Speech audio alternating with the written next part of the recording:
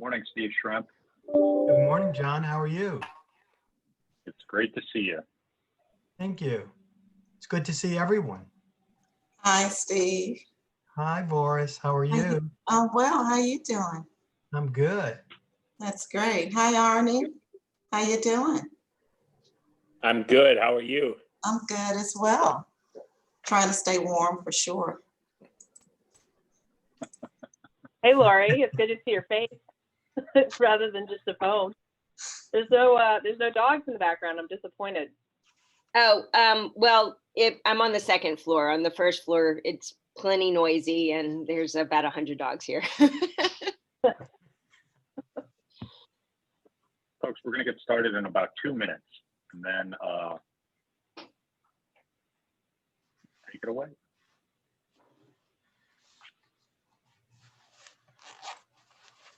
Mark is going to watch with me. Excellent. Oh, good.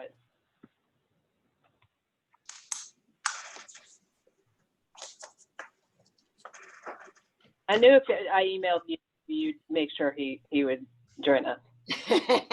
I know. Good thing about having a wife.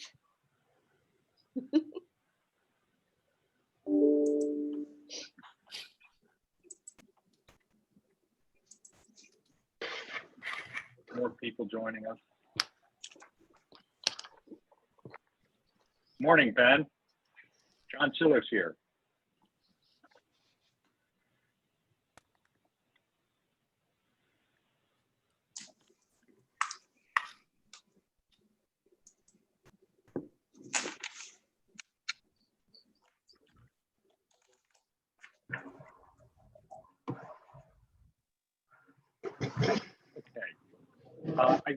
It's 11:02, so why don't we get started? Thanks for joining us. I am going to turn it over to Mr. Todd Smith, who is going to provide our opening. Good morning, everyone. And I heard all the chatter about winter, and it's like, come on, folks, we haven't had winter in 5 years. Let's take these two days that we're going to have and enjoy them. Break out the sweaters and the coats, and everything will be fine. But really, I'd like to welcome you all to the community forum today, the Mission in Action, because it's an opportunity for us to kind of really put on display what Volunteers of America is doing within our communities to help make it a better place. Today, we're going to focus on mentoring children of promise, and we'll talk a little bit more about that, as we know that right now, this is probably one of the more significant things that we can do to help make our communities grow and be better places.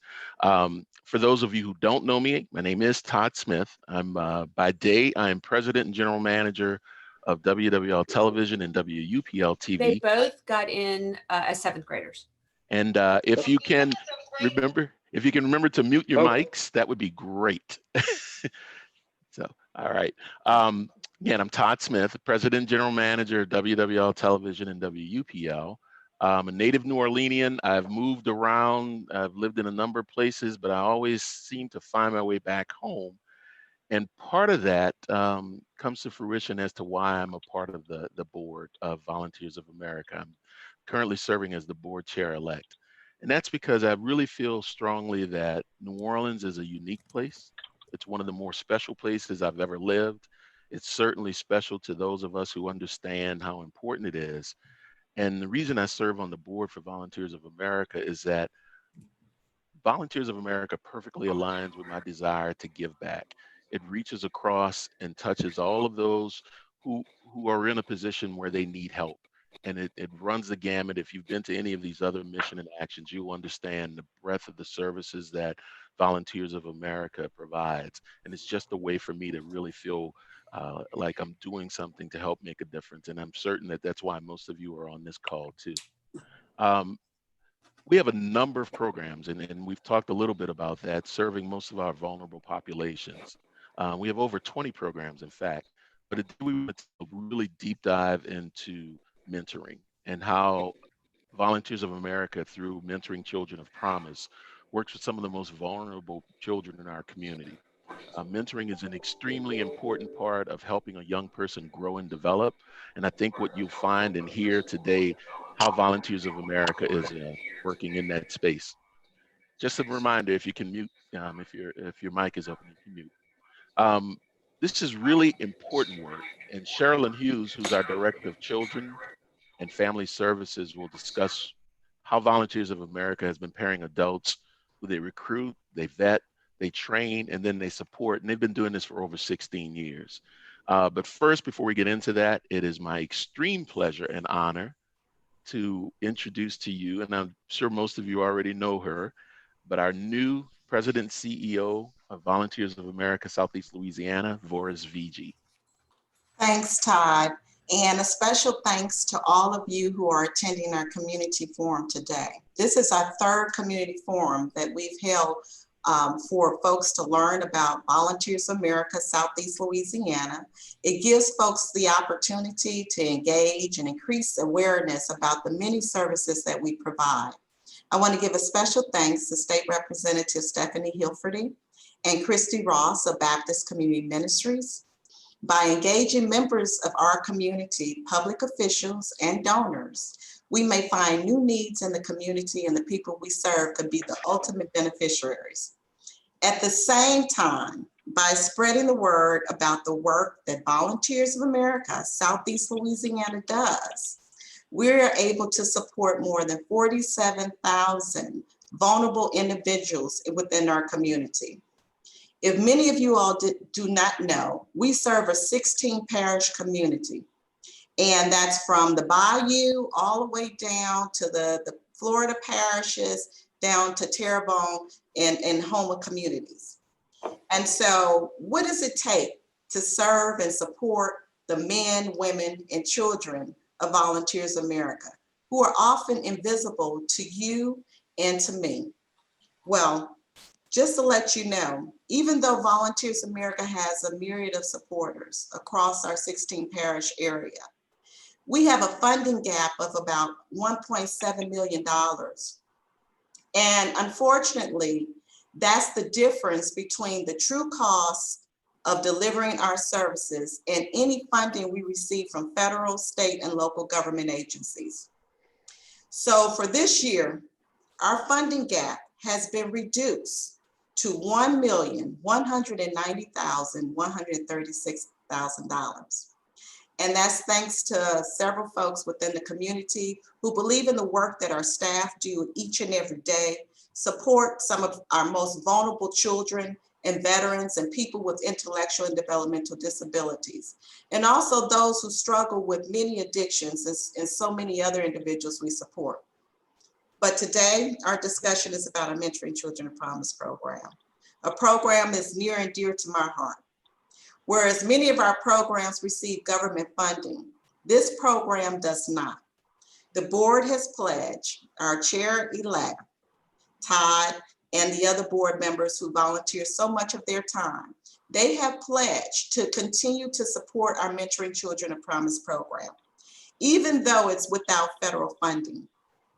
Last year, Volunteers of America recruited, vetted, and trained and supported 206 mentors so that there can be a child who can have a viable role model to guide them along the way.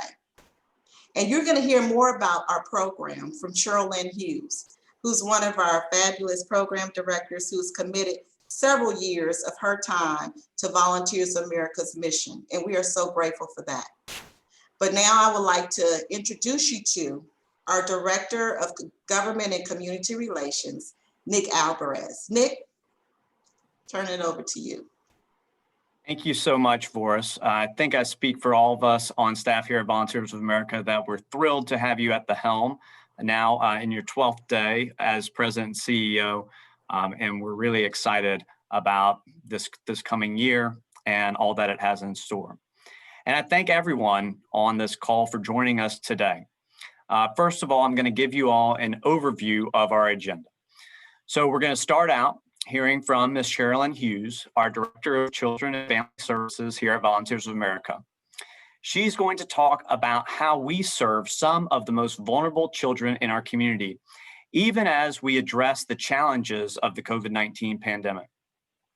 After Sherlyn, State Representative Stephanie Hilferty will share her perspectives on the policies and legislative work needed to support children and families throughout Louisiana.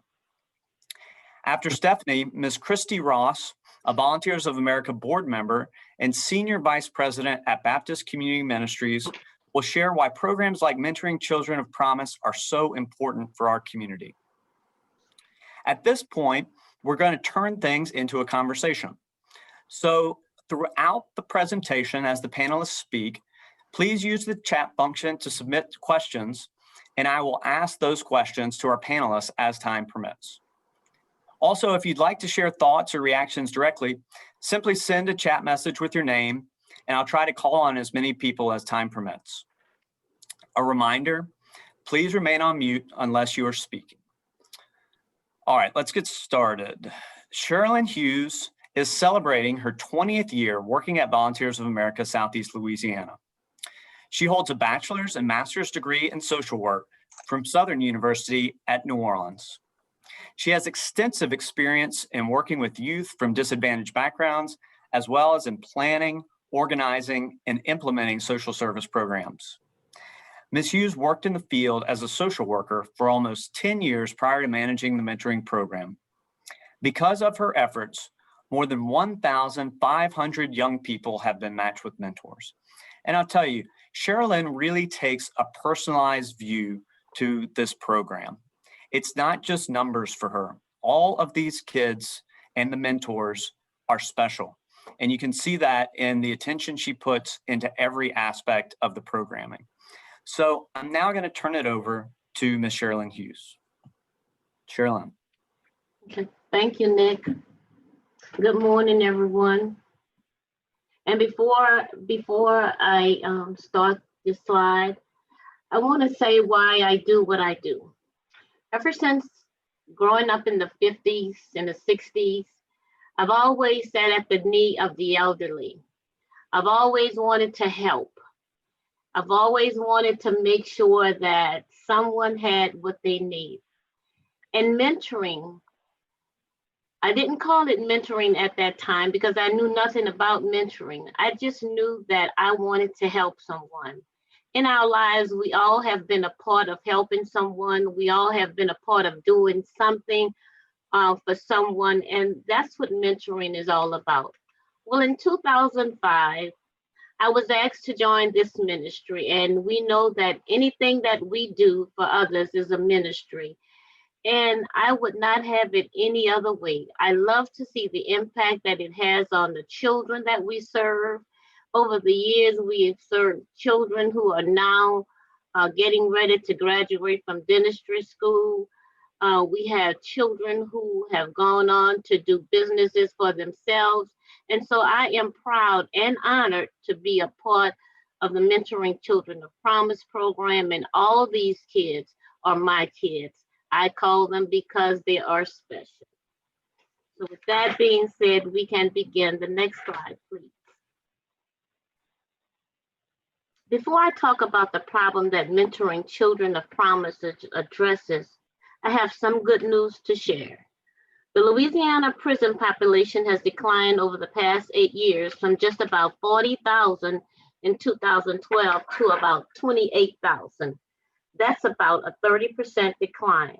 The great news is that because of those that's great news because many of those in prison leave a family on the outside for struggle on their own.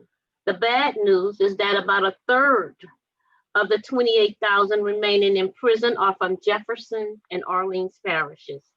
That means that there are thousands of children in these parishes who have a parent incarcerated. Research has shown that children with an incarcerated parents are at increased risk for involvement with the juvenile justice system and negative education and life outcomes.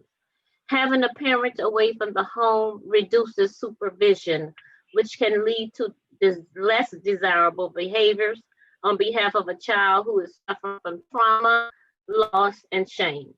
On average, children of incarcerated parents are 6 times more likely to be incarcerated themselves as a juvenile, or adult.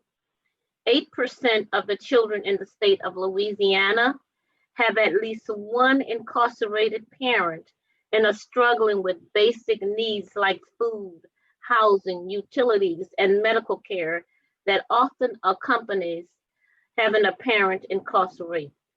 Louisiana has one of the highest rates of incarceration, not just in the United States, but in the world. Since 1/3 of our state's prison population comes from Jefferson and Orleans parishes, this need is especially acute in the New Orleans area. It is important also to consider the strain on the remaining parent. The average household of an incarcerated parent is struggling to meet even basic needs because the household is more likely to be a low-income home. The remaining parent guardian is under duress because of incarceration of the child's other parent. And most of our guardians are really grandparents, only remaining parent under financial strain. They also suffering emotionally from the absence of the incarcerated parent. Next slide, please. The solution, mentoring children of promise, how it addresses the problem. Mentoring Children of Promise provides tangible mental health and social, economical support to low-income families, vulnerable families who are struggling right now. Through Mentoring Children of Promise, Volunteers of America changes the opportunities and life outcomes for young people who are statistically more likely to drop out of school, commit crimes, be victims of violent crimes, or become incarcerated themselves. Mentoring Children of Promise serves children who have missing parents from their life. For some children, this is because of incarceration. For others, the parents have decided not to be a part of the child's life and is estranged from the family. The program also serves children with parents who are active duty military members and cannot be with their children regularly because of their service. Whatever the cause, a parent who is absent creates challenges for the remaining parent economically, socially, and emotionally. To address these challenges, Mentoring Children of Promise uses a combination of case management service, long-term mentoring support to help children work toward a lifetime of success and stability. Next slide, please. Amachi. What makes our program unique? And Amachi is a Nigerian word meaning, who knows but what God has brought through this child. And if you can remember, John 1:46 says, can any good thing come from Nazareth? And we know that it did. The Amachi method was developed in 2000 by Reverend Dr. Wilson Good, former mayor of Philadelphia, and John Dulio, professor of the University at Pennsylvania.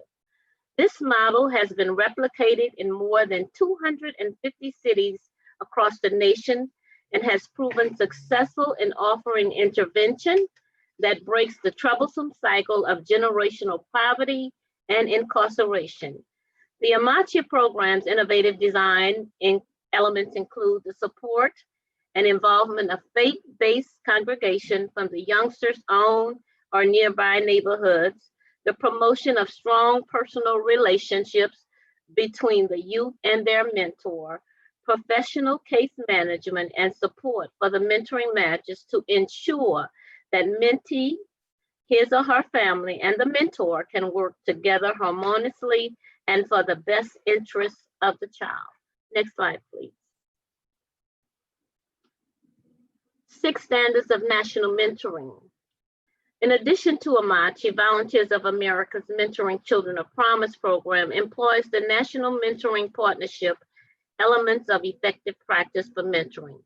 These are research-informed and practitioner-approved best practices for creating and sustaining impactful mentoring relationships. The elements of effective practice for mentoring provides best practices for all aspects of the mentoring relationship, such as recruiting appropriate mentors and mentees by realistically describing the program's aims and expected outcomes, screening prospective mentors to determine whether they have the time, the commitment and personal qualities to be a safe and effective mentor, and screen prospective mentees and their parents or guardians about whether they have the time and commitment to desire to have effective mentorship. Training prospective mentors, mentees, and mentees' parents or legal guardians, training them in the basic knowledge, attitude, and skills needed to build an effective and safe mentoring. Matching mentors and mentees and initiating the mentoring relationship using strategies likely to increase the odds that mentoring relationships will endure and be effective. Monitoring the mentoring relationship milestones and safety and support matches through providing ongoing advice, problem solving, training, and access to resources for the duration of each relationship. 6, by facilitating bringing the match to a closer and the way that affirms contributions of the mentor and mentee and offers them the opportunity to prepare for closure and access experience. Next slide, please. Our indicators of success. Following the Amachi method, we support each mentor-mentee relationship to make sure that the following benchmarks are being achieved. At least 80% remain with their mentors for a full year while completing a year of school. At least 80% of youth moved on to the next grade level on time. And 100% of all school expulsions or interactions with the juvenile or criminal justice system. Outcomes for each young person enrolled in the MCP program are tracked by the case manager, and information is gathered from the participating youth, parent, caregiver, the mentor, the school teacher, or the counselor to ensure that the youth in our MCP program is on track to achieve their personal goals and program's outcomes. Our staff continues to support the mentors, the family, and the child on a bi-weekly basis by calling to make sure that the needs are met holistically in the home of the child. And that is how we continue to help these children. Next slide, please. Some organizations providing mentors. To find adults willing to make the commitment to be a mentor to a child for 1 year. Mentoring Children of Promise depends on volunteers from the community. We're willing to train and support any willing adult who passes a background check. Many of our mentors come from local colleges and universities, including Delgado, SUNO, UNO, Tulane Medical School, and Xavier, as well as fraternities and sororities. We also find that churches, especially those that are in the neighborhoods where the children reside, have many adults who are willing to help the youth in our community. Next slide, please. We also have a rich history of support. As you can see, there are many agencies that have supported us in the past years, and we have appreciated everything that you have done for us.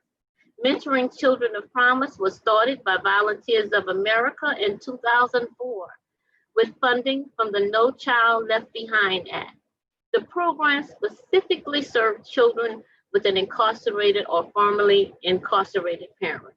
In 2011, federal funds was entirely eliminated, and the Board of Volunteers of America was faced with the impossible decision of shutting down a program that served children who, through no fault of their own, were in vulnerable situations. It cost roughly about $1,000 to recruit, vet, train, and support a mentor.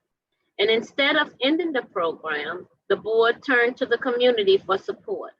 And the community has stepped up, whether it has been Reach for the Stars Society members, community foundation, or companies. Today, the program serves at youth more broadly to include youth who are referred to juvenile court for truancy and absences from school, or from low-income homes, reside in neighborhoods where violent crime is concentrated or have an absentee parent for reasons other than incarceration, and those who are on active duty.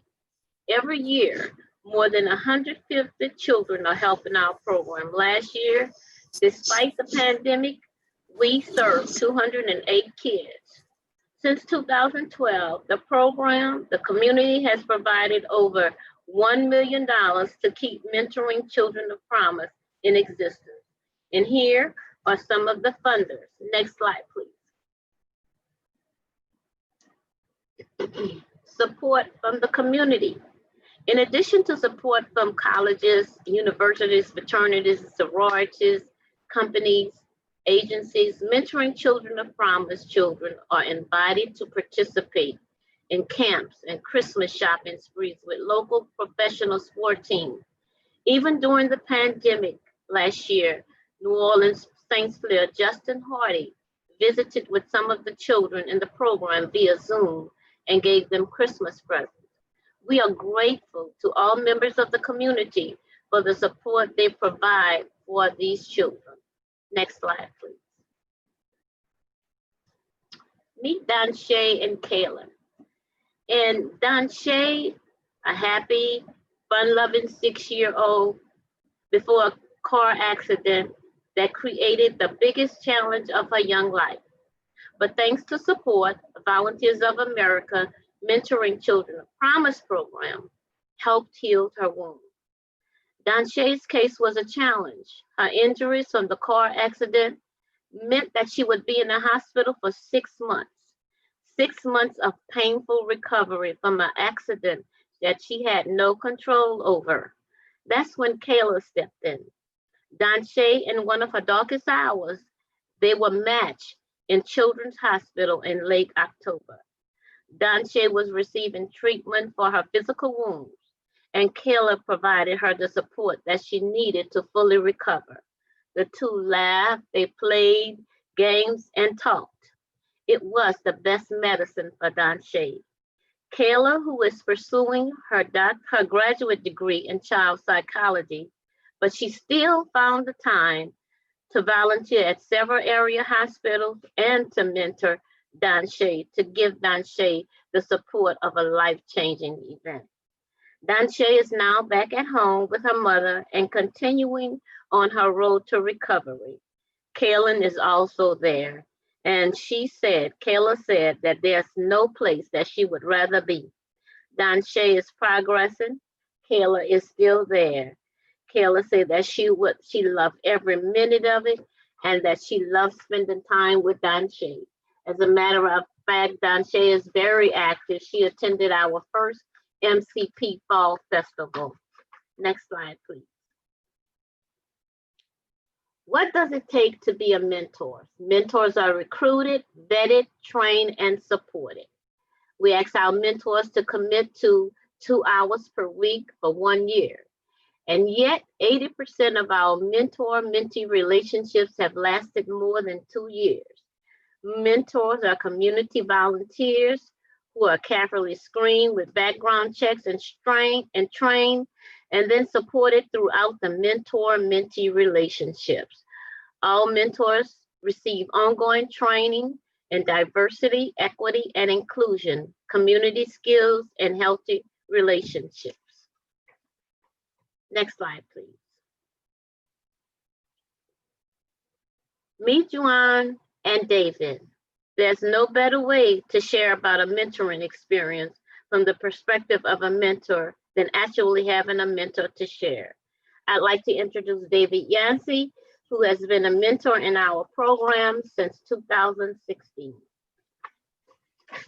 Hey, everybody. Thank you so much for having me today. My name is David, like Sherlyn said, and Juan and I have been hanging out for the better part of 4 years. We were matched when he was in 8th grade, and he's now in the middle of his junior year in high school. And you know, it's been a great experience all around. I've been doing lots of sort of one-off volunteer experiences and was interested in something more long-term and sustainable. And I'd been familiar with Volunteers of America for a while. And so I just kind of reached out and applied, and they connected me with Juan. It was really easy. Gotta be honest, didn't get a ton of training right at the front of the experience. It was more of introduction and sort of, here's some tickets to some things, here's some ideas of what to do, and y'all enjoy it. And so it was kind of a blessing in disguise to not have a ton of direction really at the beginning, because then it was just sort of up to Juan and I to figure out, how we wanted to develop our relationship. And I really wanted to focus on education, cultural exposure, and physical fitness. So, we'd go to festivals, we'd go to City Park, we'd go see some music here and there. We talked a lot about sort of nutrition and the importance of eating right, and then education. I kind of came into the scene when he was trying to figure out what high school he wanted to go to, and so he and I hit a bunch of open houses, and I was of course focused on the best education he could get, and he's a really smart kid, and he tested into and got into Lusher. So he's a junior at Lusher now, and now we're looking at colleges, and I'm planning on taking him on a college road trip here in the next couple months when we're able to do that. And COVID's of course had an impact on our experiences. It's a lot more just kind of checking in, texting, calling, FaceTime. We go on a bunch of walks, but we're still able to spend a bunch of time with each other. And I couldn't be more grateful for this. I think I hope and think that Juan's gotten good experience out of our relationship, and I don't see it ending anytime soon. He's awesome, and I love being with him. So yeah, it's been a really good experience for me.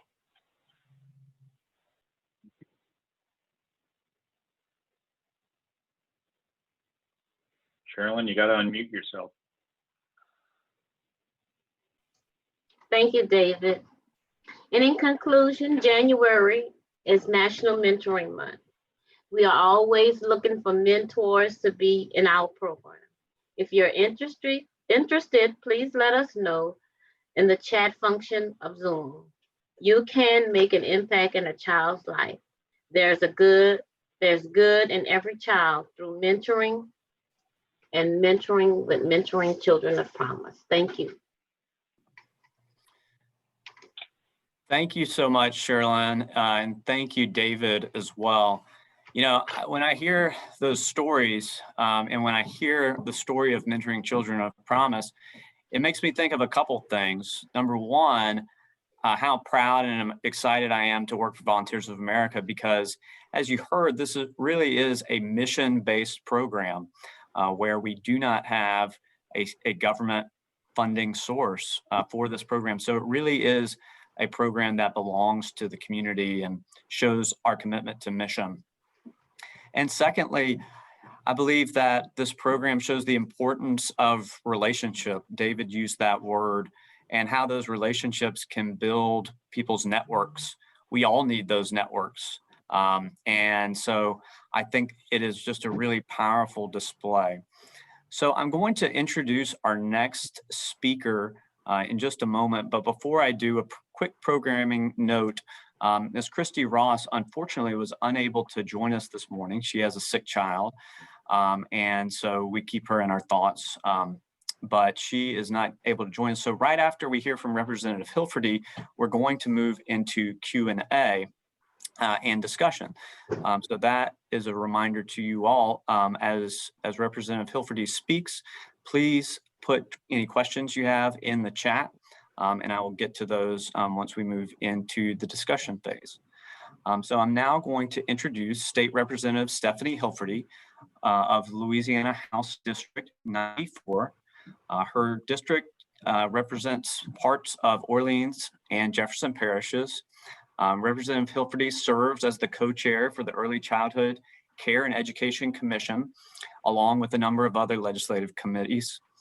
And Everyone may not know this, but a state representative is actually a part-time job. So she also works as a commercial real estate sales and leasing agent when she's not doing legislative business, or while she also does legislative business, I'm sure. And I can say this about Stephanie.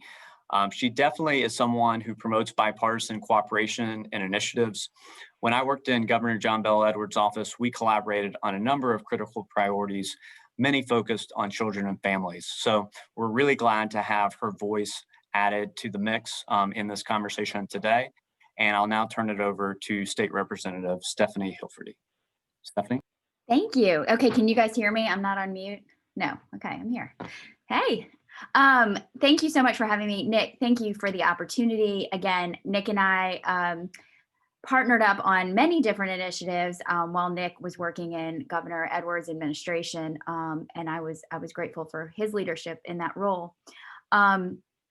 This is really interesting. About a year ago, I was invited, I think at that time, Jim LeBlanc was still with Volunteers of America, to tour Volunteers of America. And Ms. Hughes, the last slide you showed, I believe that gentleman, that mentor spoke to us at the time.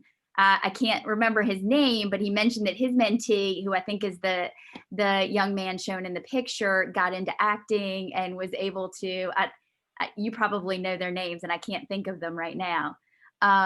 But I was telling Nick, that's who I was telling you about yesterday. So Chad and Michael, there we go. Thank you. So I mean, what a fantastic program. And it makes me think, I think there are probably some parallels with Son of a Saint and some other similar programs that we have in the city. And we're certainly blessed to have so many philanthropic groups support what the state does and what the city does and what programs through NORD do to help our youth. I've been very involved on the state level in the early education side of things.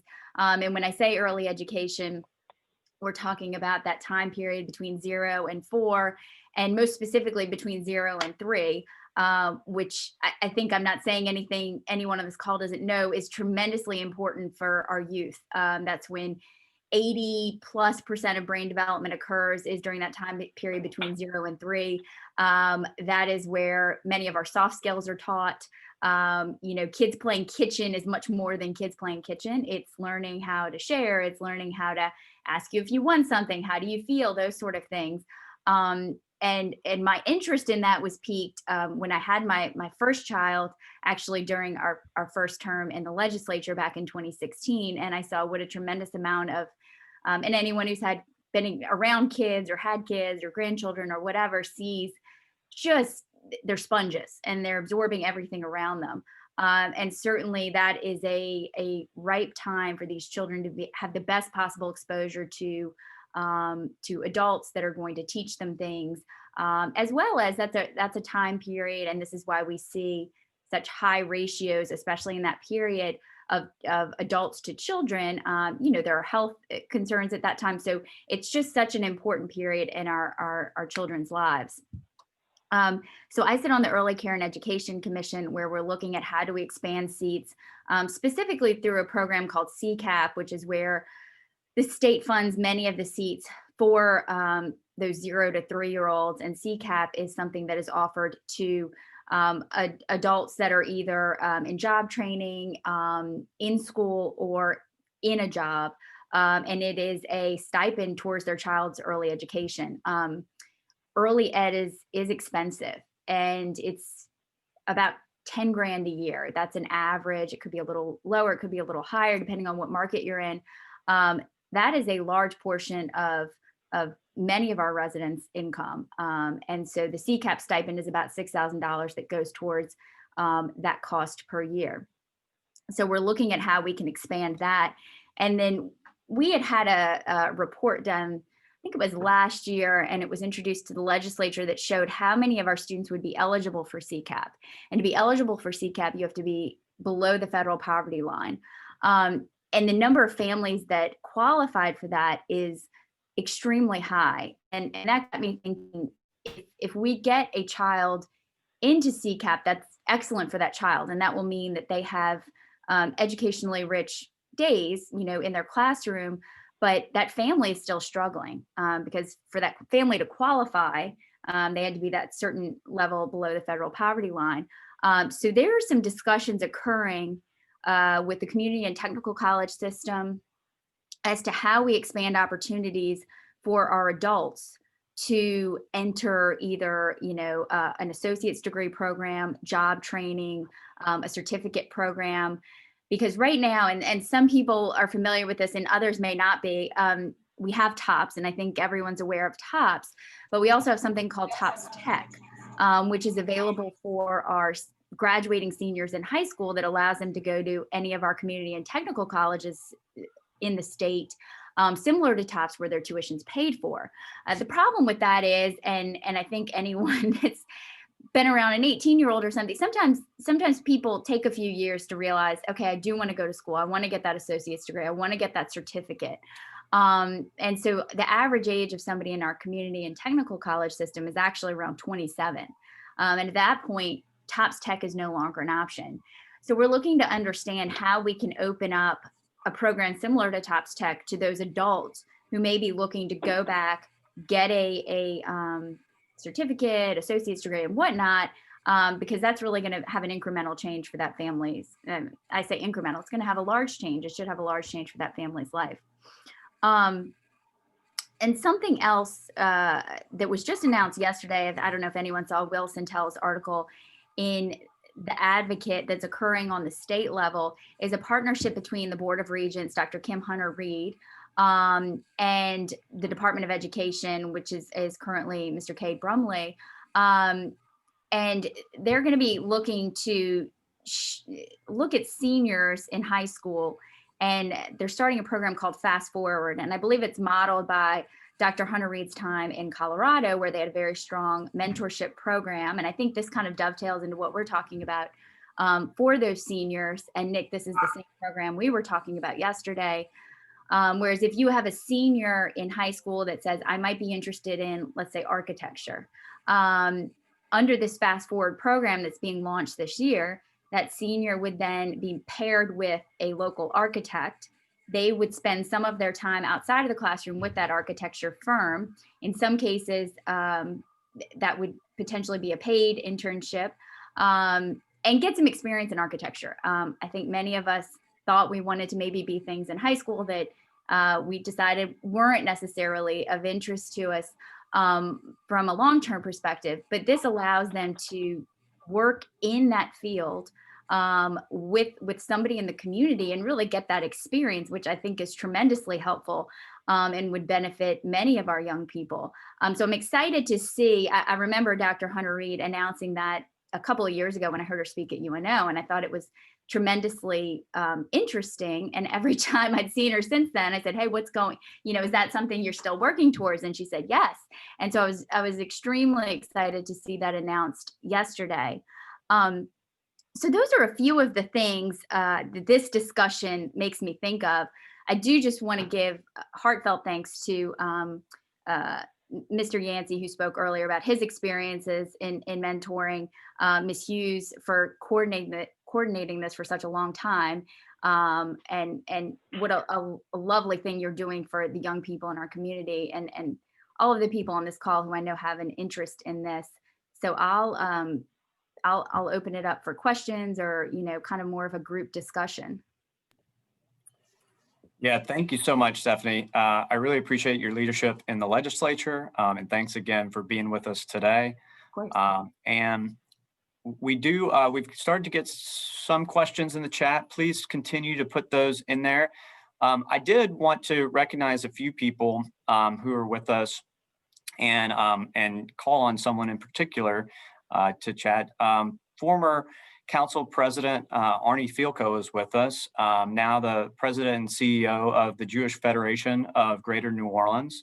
Arnie, through his time with the council and beyond, has been involved in mentoring, and he said that he'd be willing to share a few thoughts with us this morning.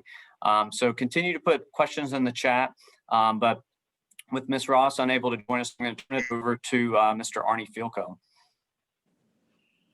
All right. Hello, everyone. I hope you can hear me as well. And I apologize for being on an iPad, but it was the best device that I had this morning. I'm really honored to participate with you and to be with such a dedicated group of individuals. I want to thank Representative Hilferty in particular. She is my representative here in the Lakeview area, and I've watched her over the last several years and her dedication and commitment to the youth. And Stephanie, I really applaud you for that work. The youth area has been of great interest to me throughout my entire career, both in the sports field and then ultimately in city government, and even now in the Jewish Federation. I thought I'd share a couple thoughts with you. One of the things that I've realized is just how important mentorship is. One of the reasons in 2008 through 2010 that myself and several others on the council and in the community worked so hard on the reform efforts for NORD, the New Orleans Recreation Department, was that we were seeing a lot of inequities within our neighborhoods as it related to opportunities for the youth. You can go into one area, maybe a little bit more affluent, and the kids had great facilities and great instruction and such, and you could go into other areas that were more minority and less affluent, and it was 180 degrees from that. And one of the things that we wanted to accomplish was to create more equity across the board so that all youth in our community would have the same opportunities. And I think, we all know that a great recreation program and system, is really essential to quality of life, to help with the criminal justice system and to many other areas. So, I'm was very proud a decade ago that we were able to get that in place. We had more than 70% of the citizenry vote for a brand new system, which is in place today. I've also tried very hard to do private initiatives where we take kids to different places. I've been doing now, I think we're on the 12th year. We take over 100 kids a year on a civil rights mission to Alabama.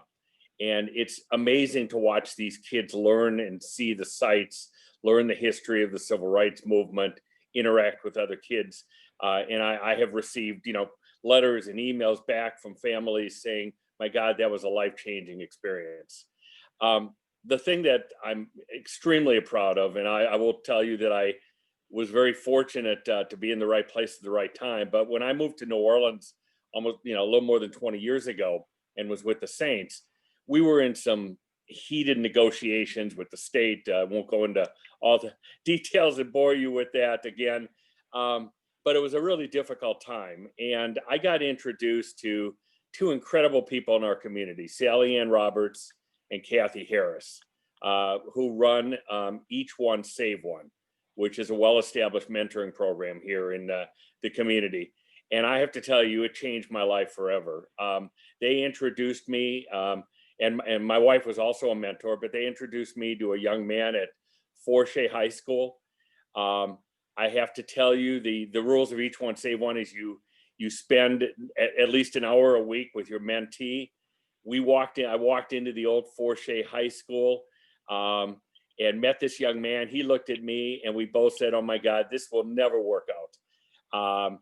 And 20 years later, I can tell you that then 16-year-old is now a successful chef in New Orleans, a wonderful young man. He is part of my family. We talk each and every day.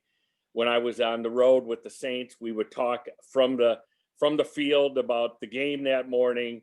And this was a young man, candidly, that without some intervention, I don't know what have happened to him. He was reading 4 levels before his grade at high school. Unfortunately, they had kind of thrown him into a special ed curriculum, and I hate to say this, someone locked the door and didn't care. He had only one parent living there. His brother was in prison.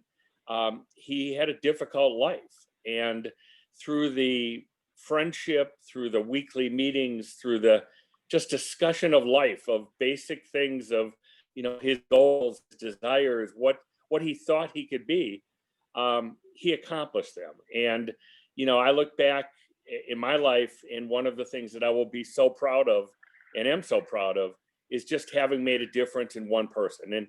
And that is a message that I'd like to end and share with you, is that, you know, whether it's your great program at Volunteers of America or other programs in our community, you don't have to be, you know, an elected leader. You don't have to be a CEO. You could be anybody. You just need to devote and be willing to devote the time to spend with a youth. And when you do that, you will change their lives forever. And I promise you, you're going to change your lives forever, all for the good. So thank you so much for having me. This is first of all, Volunteers is a wonderful, tremendous organization. Congratulations to the new CEO and to all of your leadership. And, you know, to all of us that are on this Zoom, let's continue to make a difference in this great community that we're privileged to live in. Great. Thank you so much, Arnie, for those thoughts. You know, I keep coming back to these ideas of network, and what I heard also is having an advocate, really being so critical, you know, and being in young people's lives. And I feel like that's when we really do display the values of community, where we say that each and every person, each and every young person is a part of this community, and we are one in that.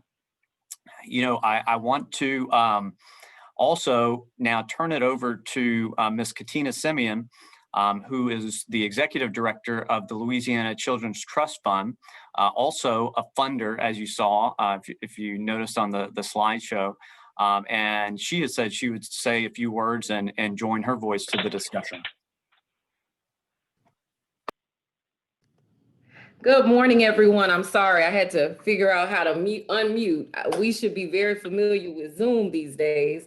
And some days I feel like I'm a Zoom professional, and other days I am barely making it. So good morning. Let me first of all say how proud the Louisiana Children's Trust Fund is to be a partner with Volunteers of America. We, you know, we are the state's leading agency in the prevention of child abuse and neglect. We provide funding to agencies throughout this state that are working on some of the same issues that you all are working on through our community. Over the past years, you can imagine, it has definitely been difficult to figure out how to pivot and still provide these same services to children and families. And I can tell you, Nick, I took a moment when you were sending me a message. I was on the phone with a family who right now, in the middle of COVID, the middle of this cold weather, is in the process of being evicted. And we are trying to work with them to figure out where they can go. And so I want to say to you all, first of all, the work you are doing is important. It is necessary.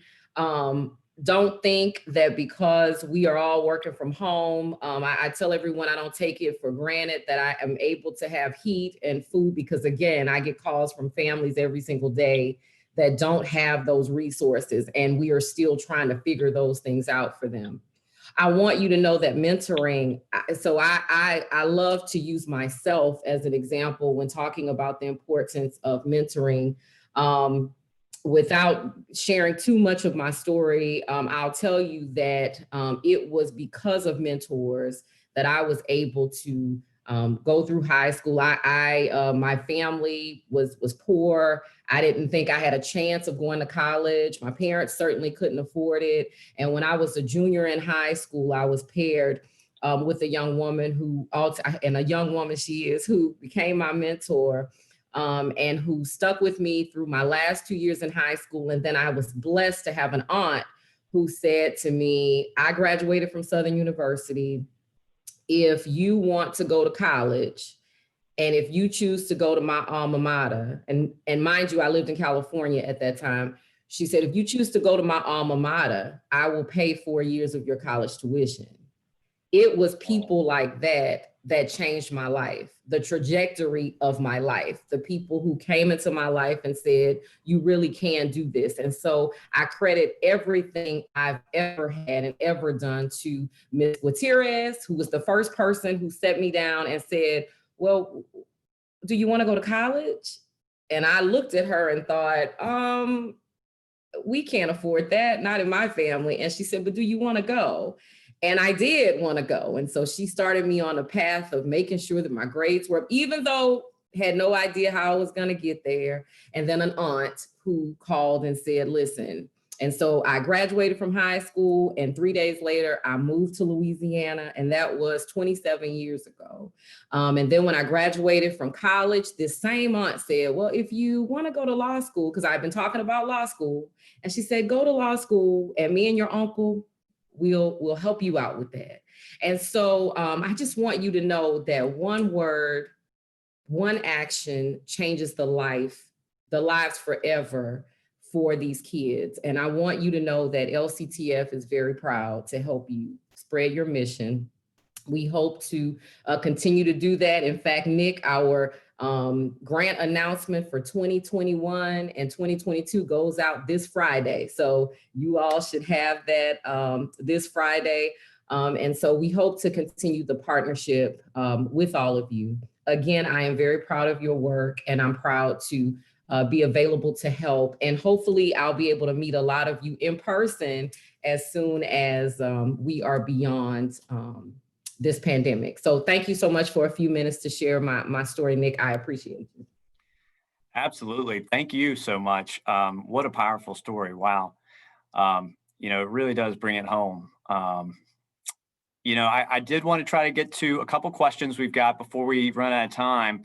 One we got early on was, Sherlyn, how has our service delivery changed in this COVID-19 reality that we're in? And what has it meant in terms of recruiting new mentors and bringing people in? How have we been doing it? We've been doing okay as far as recruiting children, because we've been using some of our seasoned mentees in the program to, reach out to others. We still are reaching out to churches. However, it's been sort of a strain on some of the families who are not able to afford Wi-Fi, doing virtual meetings with their mentor. We try to make sure that we provide opportunities for our children still to meet with their mentor, whether it be on FaceTime, with the telephone. But some of our kids, some of our families are low-income families, and they just don't have the resources to really have the mentor and mentee do the Zoom, as Ms. Katina said, being Zoom experts or whatever. And some of those kids don't have that opportunity in their home.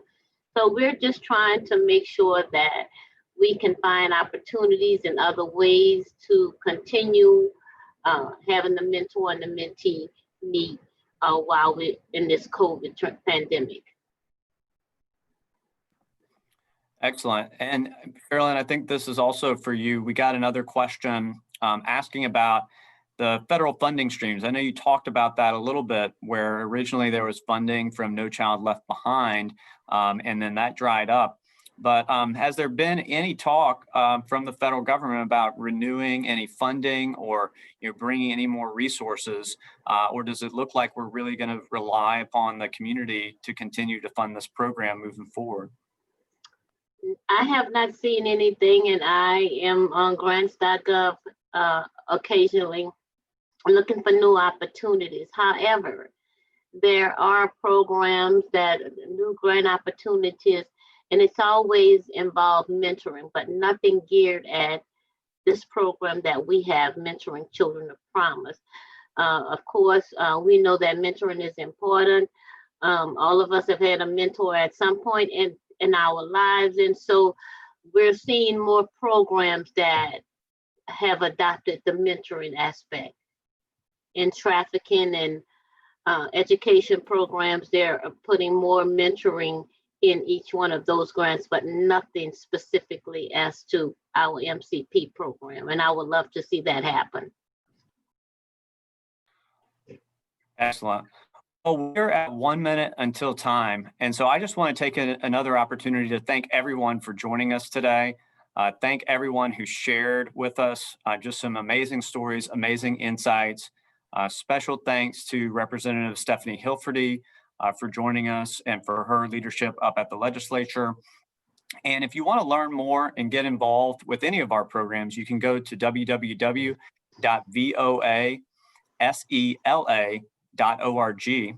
And a reminder that our next community forum is coming up on Tuesday, February 9th. That one's going to focus on our intellectual and developmental disability services. So that'll be same time, 11 a.m. on Tuesday, February 9th.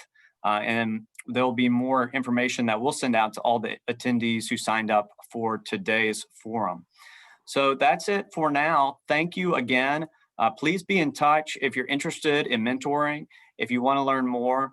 And we look forward to seeing you soon at another community forum. And we hope to see you, as someone mentioned today, in person sooner rather than later. But thank you all for being with us today. Thank you. Thank you all.